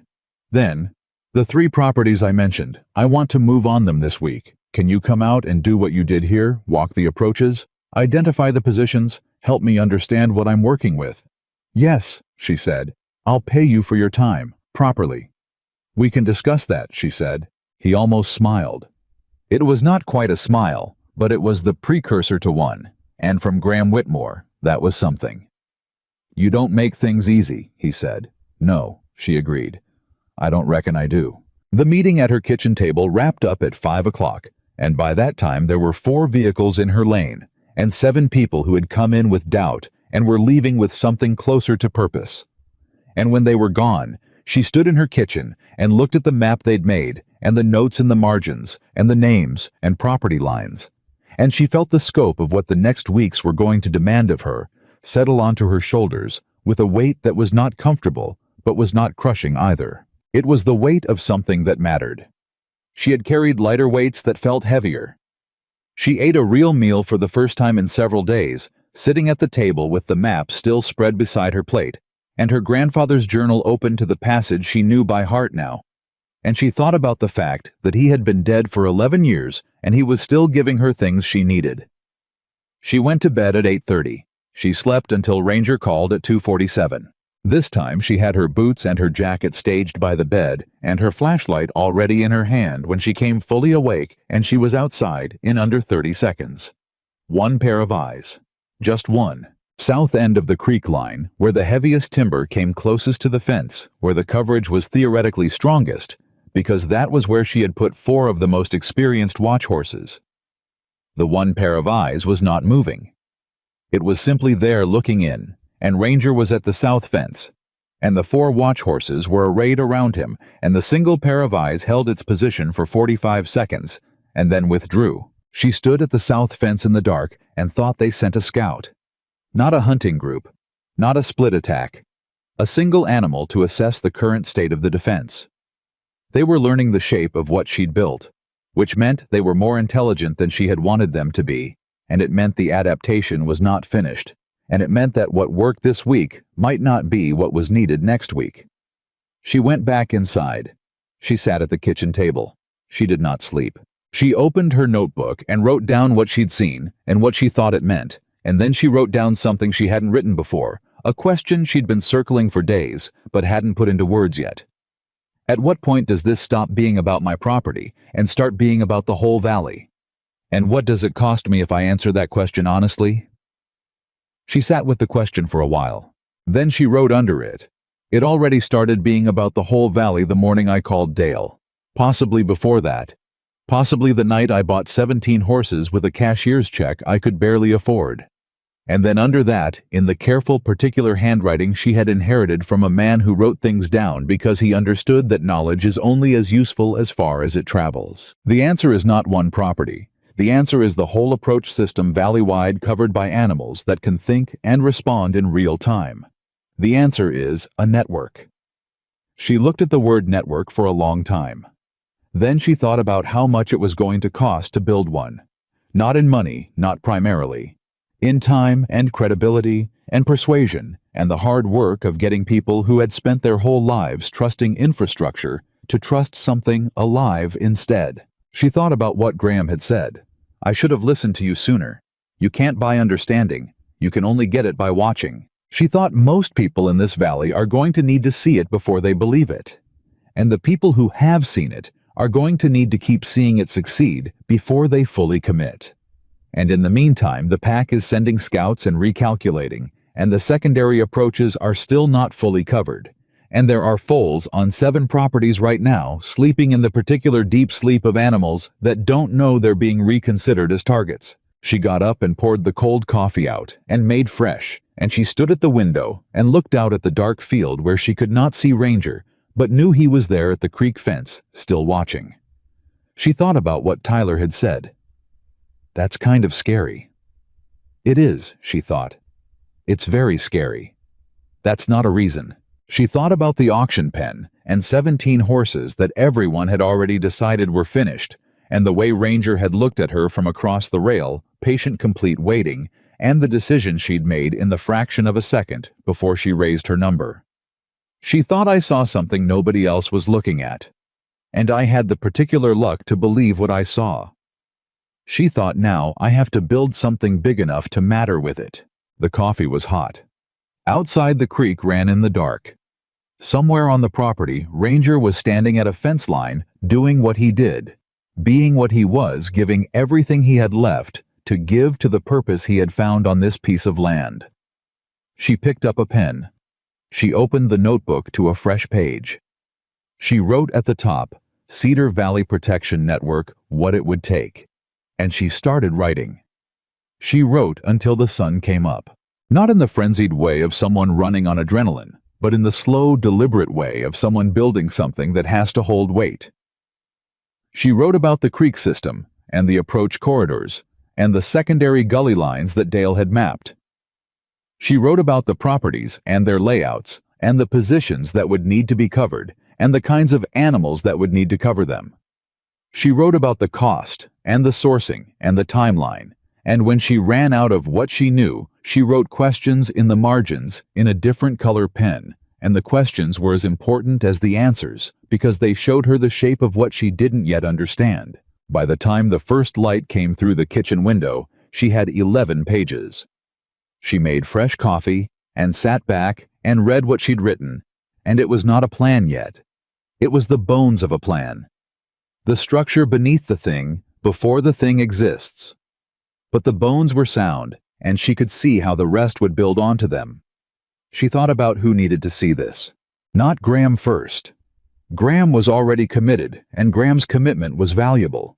But Graham's name on something changed the nature of it in ways she hadn't fully decided she wanted yet. Graham's name made it Graham's project, or at minimum, made it a project with Graham's stamp on it. And what she had written on these 11 pages was something that had come from watching horses in a field and reading a dead man's journal, and she was not ready to hand that origin to someone else's influence. Dale first. Dale and Beverly. She called Dale at 7:15, and he picked up before the second ring, which meant he had been awake and probably doing the same kind of morning thinking she had been doing, and she said, I wrote something last night. Can you come look at it before I show it to anyone else?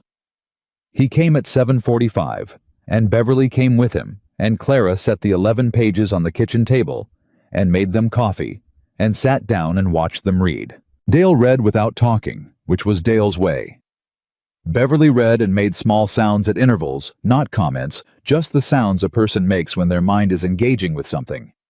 When they finished, Dale looked up. This covers 7 properties, he said. It covers the valley, she said. Not just the 7. All the creek-adjacent properties between the South Bend and the county road. That's 14 total. She paused. 7 are already talking to me. The other 7 are going to need to see results first. They'll see them, Beverly said with a certainty that surprised Clara slightly. You sound sure, Clara said. Beverly looked at her. Clara, I was one of the people who thought you'd lost your mind at that auction. I'm sitting here at your kitchen table at 7:30 in the morning because I was wrong, and I know I was wrong, and now I can see what you built. She paused. Other people are going to go through the same thing. They're just a few weeks behind me. That was, Clara thought, possibly the most honest thing Beverly Harmon had ever said to her, and she felt something shift between them that was warmer than what had been there before.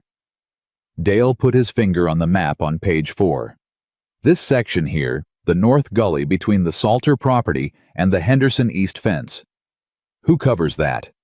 That's one of the questions in the margin, Clara said. Neither property currently has animals positioned to cover it. It's a gap in the network. It's where I'd come through, Dale said, if I were a coyote. Me too, Clara said. Dale looked at the map for another moment.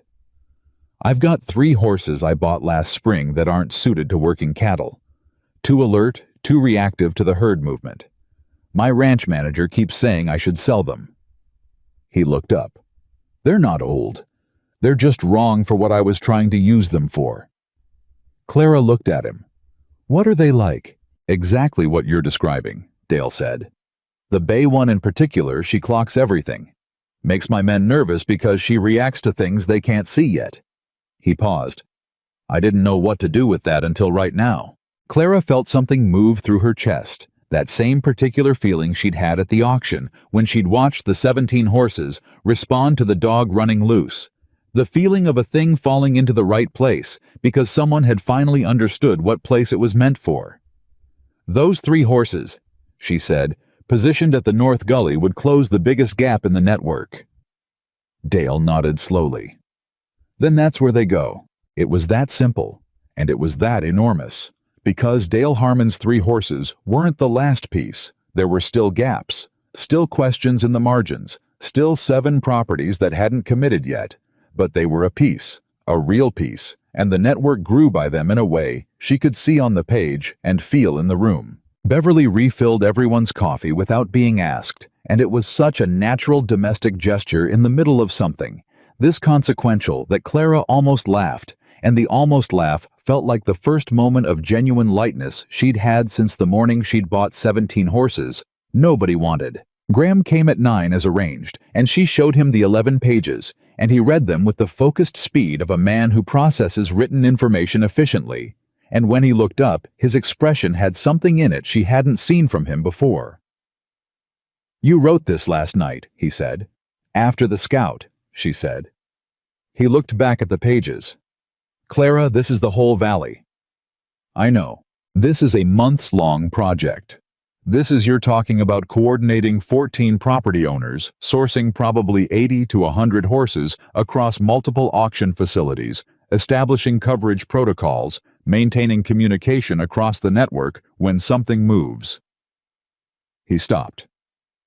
This is not a small thing. No, she said. It's not. He was quiet for a moment. What do you need from me? The 3 properties you mentioned, I need to walk them this week and get coverage in place. After that, she paused. After that, I need you to open some doors I can't open on my own. There are property owners in this valley who'll listen to you before they listen to me. You know who they are. He did know. She could see that he knew, and that he was also sitting with the specific discomfort of a man who recognizes how he has used that kind of social capital in the past, and is now being asked to use it differently. I'll make calls today, he said, and Graham, I need you to make them as a rancher who saw something work, not as the most influential person in the county endorsing something. She looked at him steadily. People need to come to this because the evidence convinced them, not because you told them to. He held her gaze. You don't trust me yet, he said. It was not an accusation. It was an observation. I trust you on this, she said. I'm asking you to do something specific with that trust. He nodded, once decisive. All right. The week that followed was the hardest week of work Clara Whitlock had done in years, which was saying something for a woman who had run a ranch alone for 3 years. She drove Graham's 3 properties and walked the approach corridors and wrote the coverage positions in her notebook and explained the logic to Graham's ranch managers. 3 different men, 3 different temperaments. The most skeptical of them, a man named Frank Delaney, who had been working the north property for 16 years and who listened to Clara's explanation with the careful politeness of someone who has not yet decided whether the person talking to them knows what they're talking about. When she finished, Frank looked at his notes and looked at the positions she'd marked and looked at her. The horses we've got on this property aren't right for this, he said. They're young and they're high-strung in the wrong way. They don't settle. I know, Clara said. You're going to need different animals. Where do we get them? Auction facilities within 200 miles.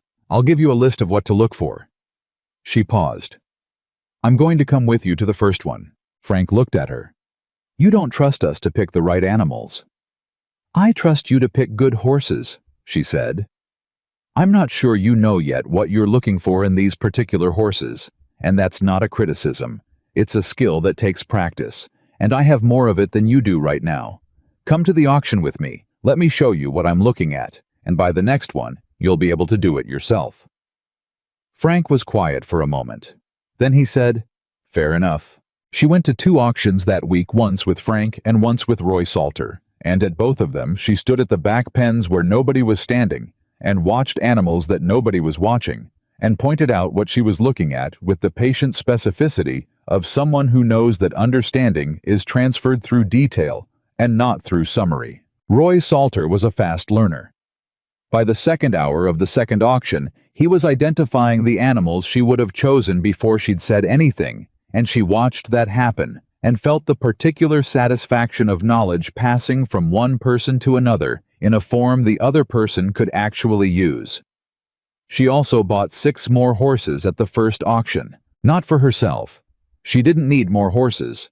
She bought them for the North Gully position that Dale's 3 horses wouldn't fully cover alone, and she arranged transport and payment on a handshake, and the understanding that she'd be reimbursed from the network fund that Graham had quietly established through the Agricultural Association, a thing she hadn't asked him to do and hadn't known he'd done until he told her about it 3 days after the kitchen table meeting. She'd looked at him when he told her. I didn't ask you to do that, she said. I know you didn't, he said. Clara, you're going to spend your own money running around this valley helping other people's properties if someone doesn't establish a structure to support it. I put $2,000 in to start it. Salter put in $500. The Hendersons put in $500.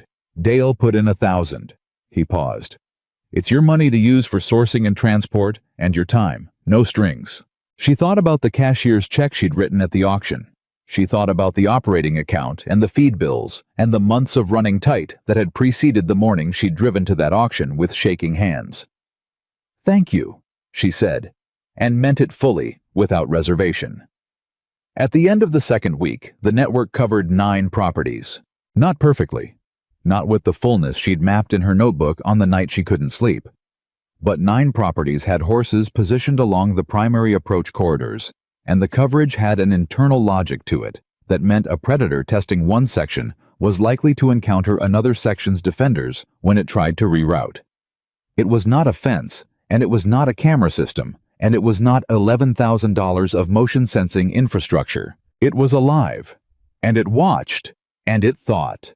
On the night that the network covered 9 properties for the first time simultaneously, Clara drove to the high point of her property, the rise above the main pasture, where on a clear night you could see lights from 3 neighboring properties, and she sat on the hood of her truck in the August dark and thought about what had happened in the 30 days since she'd driven to that auction.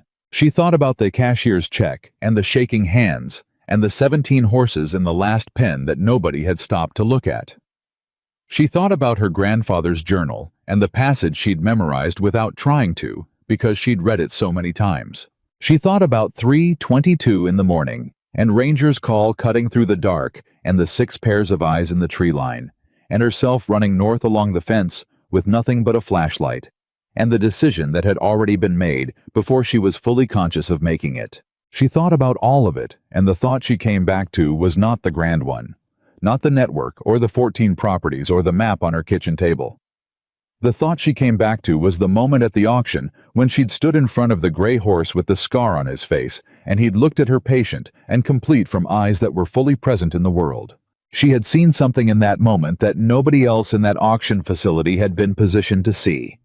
Not because she was more intelligent than them, not because she had better resources or more experience, but because she had been looking for something specific, something that knew what danger smelled like before it arrived, and when you are looking for something specific, you see it when it's in front of you. Everyone else had been looking for what was missing from those horses, what they'd lost, what the years had taken. She had been looking for what was still there. That was the whole thing. That was all of it. The difference between looking for what's been taken from something and looking for what it still carries.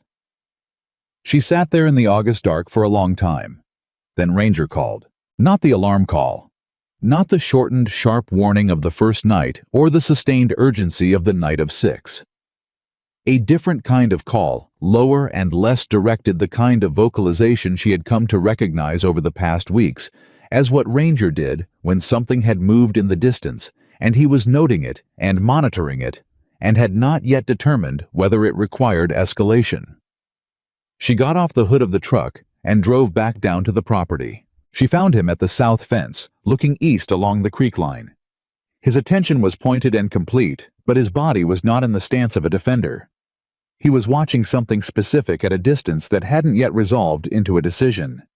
She stood beside him and looked in the same direction and listened. After a minute, from somewhere east along the creek came a sound she knew, the alarm call from Dale Harmon's property. Not Ranger.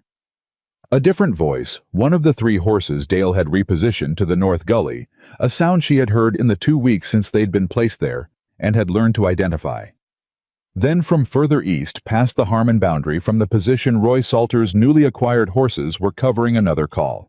3 alarm points, east to west, staggered in time by maybe 90 seconds, the sound moving west as whatever had entered the creek system east of Salter's property was tracked along the network's coverage.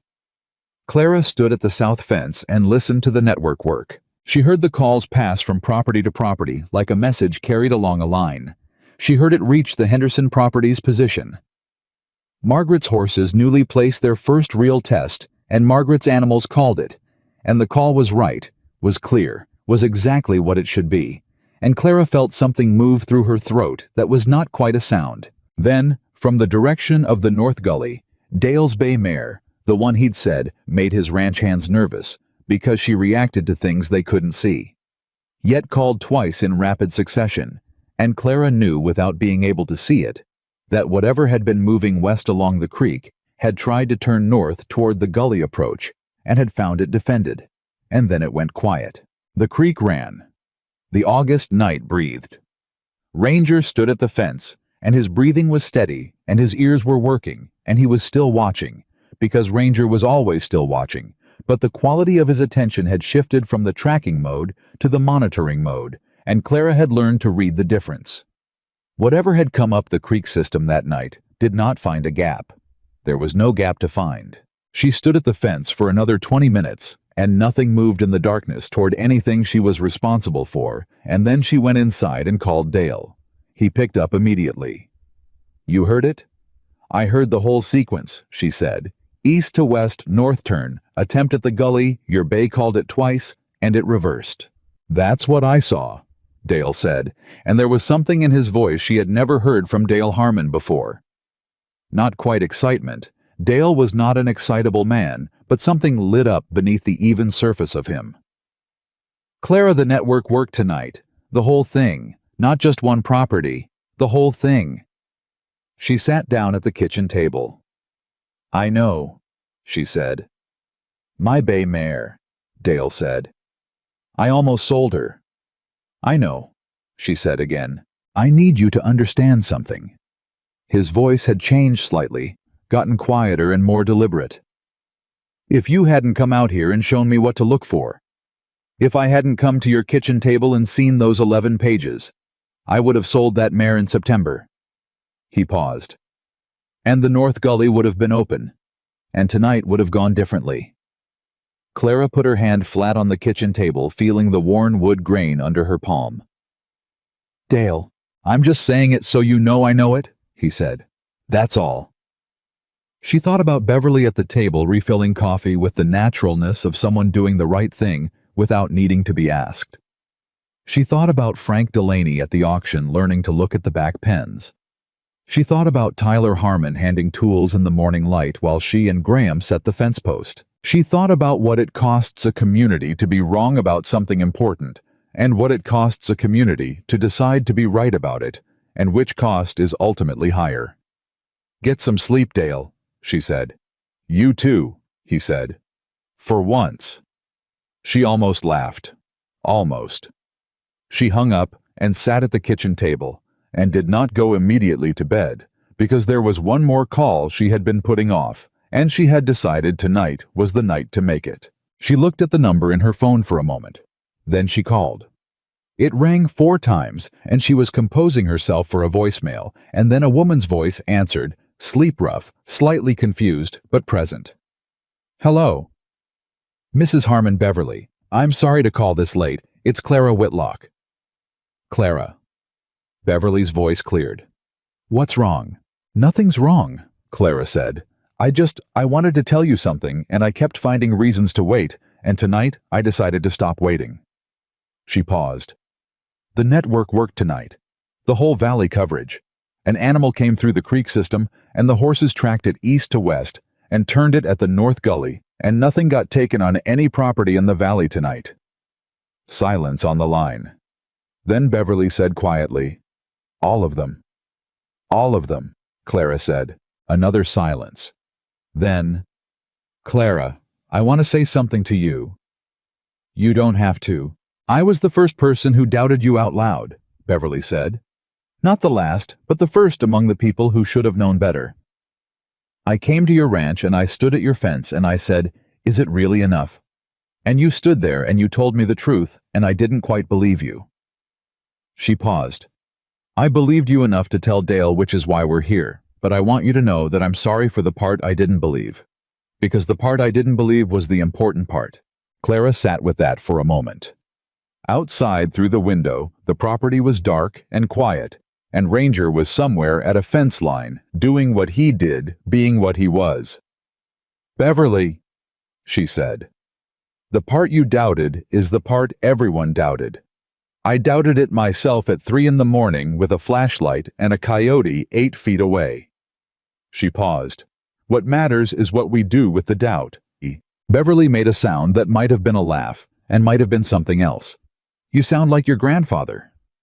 Clara felt that land. She felt it fully. "Thank you," she said.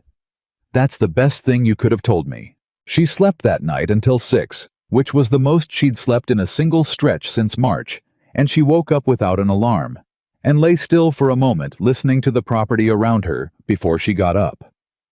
It was quiet in the way she had been waiting for it to be quiet for months. Not the false quiet of something held at bay that might return, but the deeper quiet of a balance that has been restored. She got up and made coffee, and went outside, and found Ranger at the creek fence, which was where she had known she would find him, and she stood beside him in the early morning, and drank her coffee, and let the day come up. The end of August brought with it the particular golden quality of Montana light that meant summer was beginning its long, slow turn toward fall. And in that light, Ranger's gray coat, and the white scar on his face, and the rough texture of a coat that had never fully recovered from the years before she'd found him, all caught the morning in ways that were more beautiful than any of it had a right to be. She thought about the auction. She thought about standing at the far end of the facility, with nobody else around, and watching an animal look at her from a rail, with the patient attention of something that had not given up on being useful. She had seen that, and she had acted on it, and the consequence of that action was currently defending 14 properties in a valley that 2 months ago had been losing foals every week and had no explanation for why. "Ranger," she said. His ear swiveled toward her. Both of them.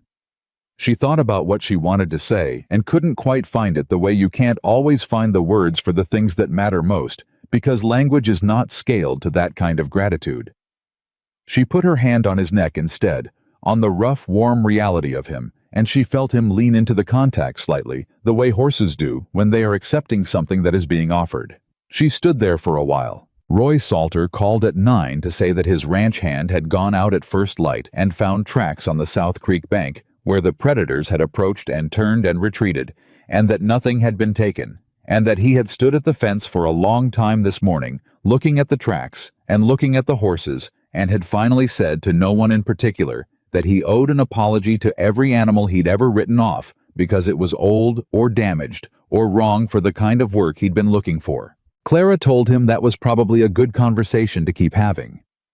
Graham came by mid-morning, not by appointment, just driving down the lane and getting out and coming to find her at the barn. And he had a piece of paper in his hand, which he held out to her. "What's this?" she said. "The Agricultural Association met this morning," he said. "Early meeting. I called it after the network held last night." He looked at her. "They want to put the Cedar Valley Protection Network on a formal footing. Articles of Cooperation, Shared Resources, Communication Protocols." He paused. "They want you to chair the founding committee." She looked at the paper. She looked at Graham. "I'm not—" she started. "Graham, I'm a small ranch owner who figured out something by reading her grandfather's journal and watching horses." "I know what you are," he said. "So does everyone else now." He paused. "That's precisely why they want you to chair it." She looked at the paper for a long time. She thought about the 11 pages she'd written at the kitchen table in the dark. She thought about the map with the margins full of questions. She thought about what it would mean to turn the thing she had built in those 11 pages into something with a formal structure, with other people's hands on it, with the inevitable complications of committees and protocols, and the particular friction of consensus building in a community that did not reach consensus easily. She thought about what her grandfather would have said. He would have said, "You can place something between the danger and what you love." And then he would have folded the journal shut and gone to do the thing, because Earl Whitlock was not a man who confused thinking about doing with doing. "I'll chair it," she said. Graham let out a breath she hadn't known he was holding. "Thank you," he said. And then after a pause in the voice of a man who has been learning to say something unfamiliar. "I've learned more from you in the last month than I've learned from anyone in the last 10 years. I want you to know I understand what that means." She looked at him. The man who had laughed at the auction, the man at the feed store, the man who had stood at her fence with his expensive cameras behind him and watched Ranger and finally asked to be shown something he hadn't been looking for. "Come to the founding meeting," she said. "Bring what you know. Leave the $11,000 cameras at home." He did something she had not yet seen from Graham Whitmore. He laughed. A real laugh, brief and unguarded, the laugh of a man surprised into honesty. "Deal," he said. October came, and with it the first cold, and with the first cold the pack's activity diminished, in the way predator activity always diminishes when the season turns and the hunting calculus changes. No foals had been taken in the valley since mid-August. The Cedar Valley Protection Network had 11 member properties and was in conversation with 3 more. The founding committee had met twice, and the Articles of Cooperation were drafted and being reviewed, and Frank Delaney had turned into the most methodical and careful evaluator of protective horses that Clara had encountered outside of herself. On a cold October morning, Clara stood at the creek fence with her coffee and Ranger stood beside her, and together they looked at the world as it presented itself, the changed quality of the light, the cottonwoods turning the creek carrying the cold in its sound. Tyler Harmon came by on his way to school, which he did sometimes, now stopping his bicycle at the gate for a few minutes before continuing down the road because Tyler had decided at some point over the summer that Clara Whitlock's property was a place worth stopping at. "Hey," he said. "Hey yourself," she said. He looked at Ranger. "He looks good," Tyler said. "He is good," Clara said. Tyler was quiet for a moment. He had grown an inch since June, or maybe she had just started looking at him differently, the way you look differently at people who have been through something real with you, even at a distance. "Can I ask you something?" he said. "You always do," she said. He smiled at that. "Did it turn out the way you thought it would? Like when you bought them? Did you know it would turn out like this?" She thought about how to answer that honestly. "I knew what I saw in those horses," she said. "I knew what my grandfather had written about the land. I knew the logic was right." She paused, looking at Ranger. "I did not know it would become the whole valley. I thought I was solving a problem on my property. But it became bigger. It became what it needed to be," she said. "That's not always something you can plan. You do the right thing for the right reason in the place where you're standing, and sometimes the right thing is bigger than the place you were standing." Tyler absorbed that. He had the particular quality of some 15-year-olds who are not yet who they will be, but are already in the process of becoming it, and the process was visible in him if you were paying the right kind of attention. "I want to help," he said. "With the network, when I'm not in school, if there's something I can do." She looked at him. "Can you write a clear sentence?" He blinked. "I think so. Because I need someone to take notes at the founding committee meetings who will write down what actually happened instead of what people wish had happened. That's harder than it sounds." He nodded slowly, taking it seriously. "I can do that."